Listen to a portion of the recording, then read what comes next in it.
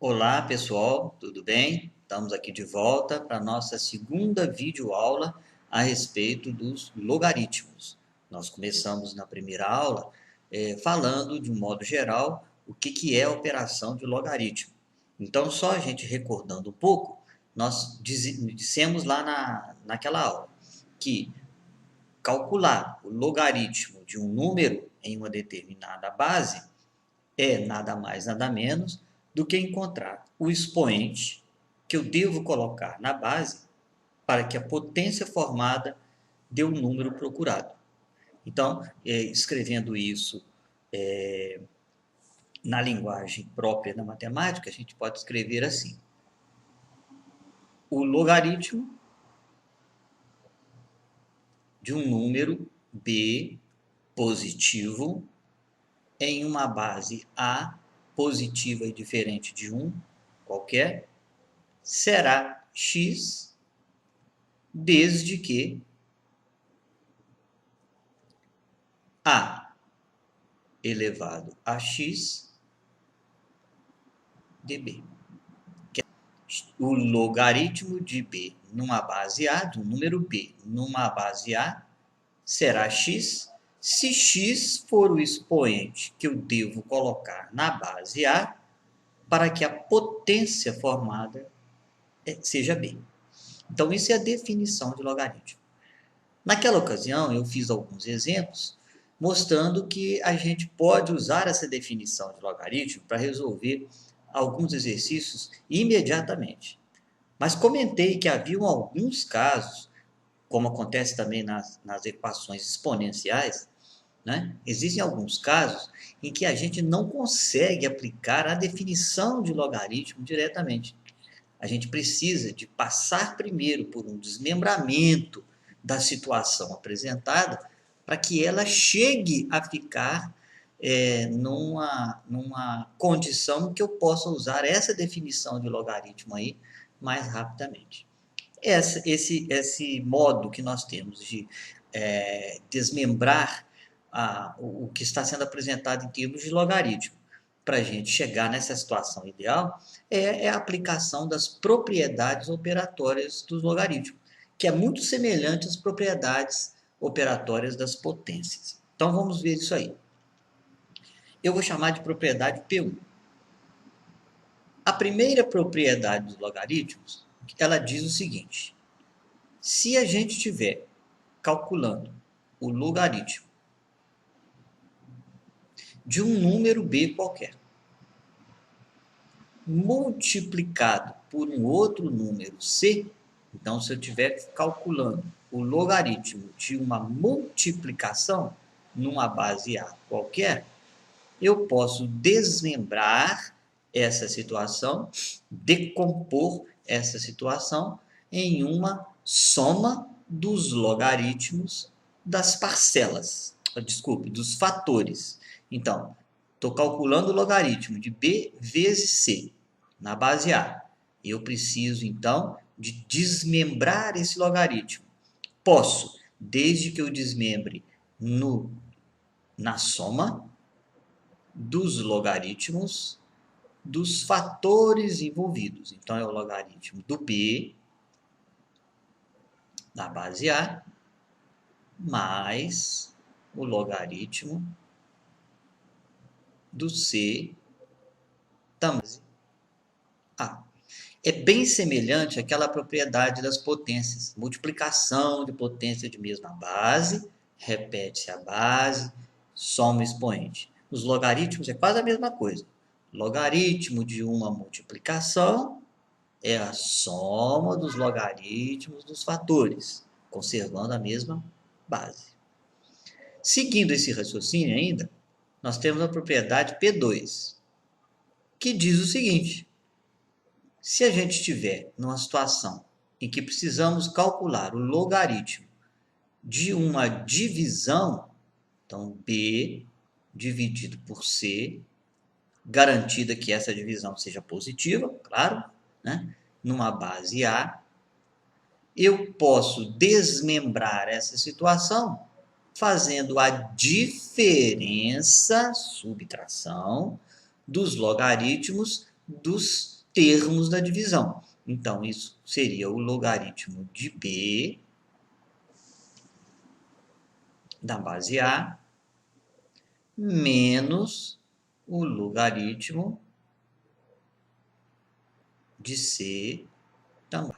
Então, o logaritmo de uma divisão eu posso converter na diferença dos logaritmos dos termos. O logaritmo de uma multiplicação eu posso desmembrar em soma dos logaritmos dos fatores que estão envolvidos na multiplicação. Ok? Terceira propriedadezinha.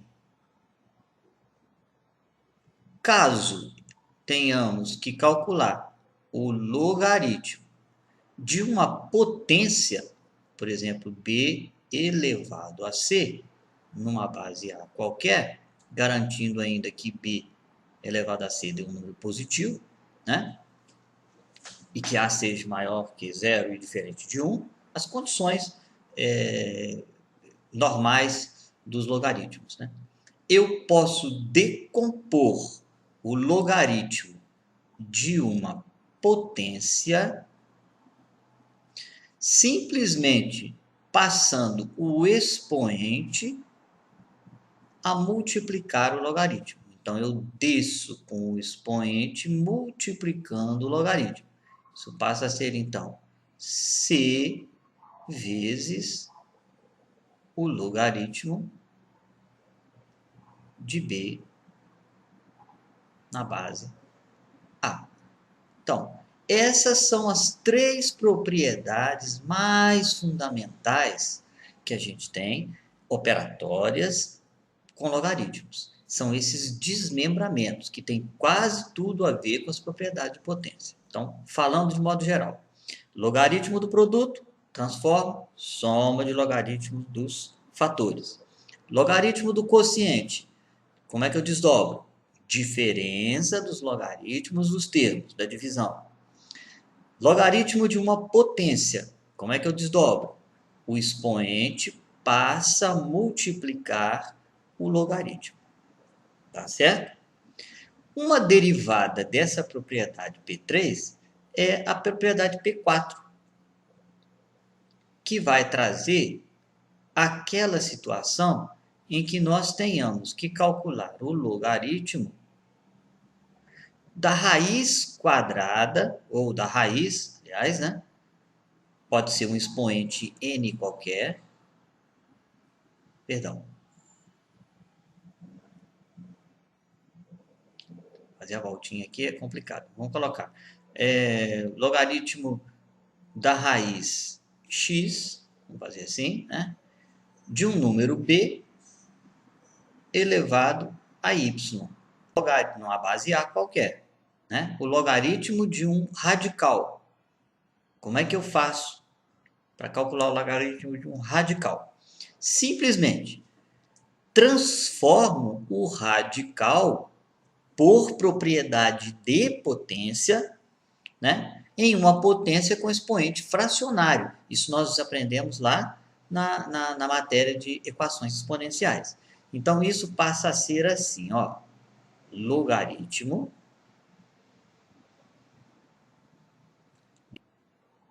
elevado a y sobre x. Então, o radical foi transformado em uma potência de expoente fracionário. Este radical foi transformado em uma potência de expoente fracionário, propriedade das potências. Agora, quando eu fiz essa transformação daqui para cá, eu acabei caindo na propriedade P3, porque agora nós temos logaritmo de uma potência. E aí nós podemos utilizar a propriedade P3, que já foi vista, para desmembrar essa situação aqui. Então, pela propriedade anterior, que é a propriedade P3, isso passa a ser y sobre x, que era o expoente anterior, vezes o logaritmo de b na base A. Pronto. Esqueci de colocar a base A aqui. Tá certo? Então, o logaritmo do radical acabou virando y sobre x, quer dizer, expoente de dentro, sobre o índice, y sobre x, multiplicado pelo log. Tem até um macetinho que a gente usa para poder guardar isso. Um mnemônico meio lógico. Veja bem, na vida da gente, todas as pessoas que estão por dentro de tudo, geralmente estão por cima. Enquanto as pessoas que estão por fora de tudo, não sabem de nada, sempre estão por baixo. Então, isso você pode lembrar assim: raiz x de b elevado a y. O que sai multiplicando aqui? Ó? Quem está por dentro está por cima. Quem está por fora está por baixo. Bom? E aí multiplica o logaritmo.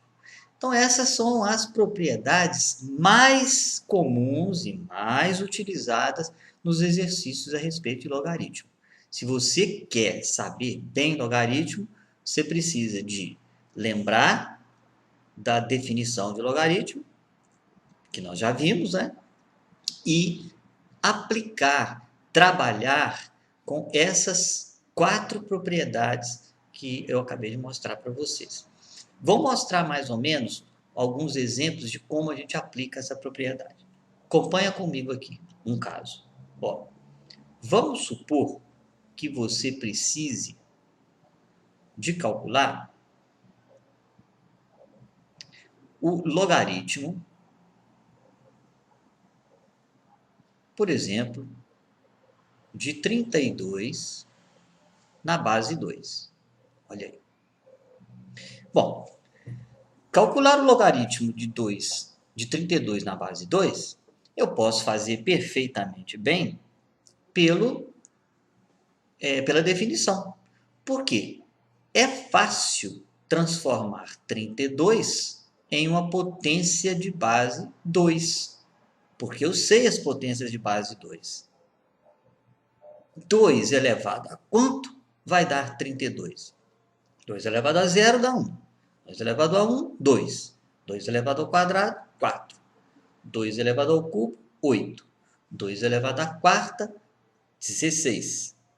2 elevado à quinta, 32. Portanto, logaritmo de 32 na base 2, 5. Então, eu fiz esse exercício utilizando simplesmente a definição de logaritmo, porque é fácil saber qual expoente eu tenho que colocar na base 2 para que a potência correspondente seja 32. 5. 2 elevado a 5 é que dá resultado 32. Tranquilo. Agora, suponhamos que eu queira calcular, por exemplo, o logaritmo de 15. Perdão. O logaritmo de 15. Olha aí. Na base 3. Pode ser na base 2 mesmo. Aí, na base 2. Neste caso, eu não consigo transformar de imediato, né, achar uma potência de base 2 que dê 15. Isso não é possível de eu fazer. Então, o que eu tenho que... Como é que eu saio dessa situação? Procuro ver se alguma dessas propriedades de logaritmo podem ser utilizadas aqui, ou eu criar aqui condições para que uma dessas propriedades aqui possa ser utilizada. Então, por exemplo, eu tenho que pensar, será que eu posso escrever o 15 como uma multiplicação de dois números? Ou como a divisão de dois números, ou como uma potência, ou como uma raiz, e aí eu vejo qual caso é possível fazer. Por exemplo, eu posso aqui transformar o 15 em uma multiplicação. Então, eu teria que fazer logaritmo de 3 vezes 5. Porque 3 vezes 5 dá 15, na base 2. E agora, como é que eu resolvo essa situação? Como aqui eu tenho logaritmo de uma multiplicação, pela propriedade P1, eu posso então desmembrar esse logaritmo da multiplicação em uma soma de dois logaritmos parciais. Então, isso passaria a ser o logaritmo de 3 na base 2 mais o logaritmo de 5 na base. Ora, professor, mas eu vou ter que saber, então, calcular log de 3 na base 2, log de 5 na base 2? Absolutamente. Esses valores aqui são valores básicos. Geralmente, são trazidos no enunciado do problema. Então, quando ele pede para você calcular o logaritmo de 15, lá no enunciado do problema, com certeza ele vai colocar lá um dado. Ou ele vai dizer assim, calcular o logaritmo 15, sabendo que logaritmo de 3 na base 2 é tanto, e logaritmo de 5 na base 2, outro tanto. Então, aí, quando você desmembra, você chega naqueles dados que o problema forneceu. E aí você conclui o exercício da forma que for dada. Então, isso vai dar um valor, que é o logaritmo de 3 na base 2, 0, alguma coisa, logaritmo de 5 na base 2, 1, qualquer coisa. Somando esses dois valores, você vai encontrar o log de 15. Eu não vou fazer aqui porque eu não tenho o dado, o log de 2, nem o log de 3 na base 2, nem o log de 5 na base 2. Esses aqui são valores que vão ser dados para vocês, então você não tem que ter preocupação. Ok? Um outro exemplinho aqui. Vamos supor que eu queira calcular, então, o logaritmo vamos ver, o logaritmo de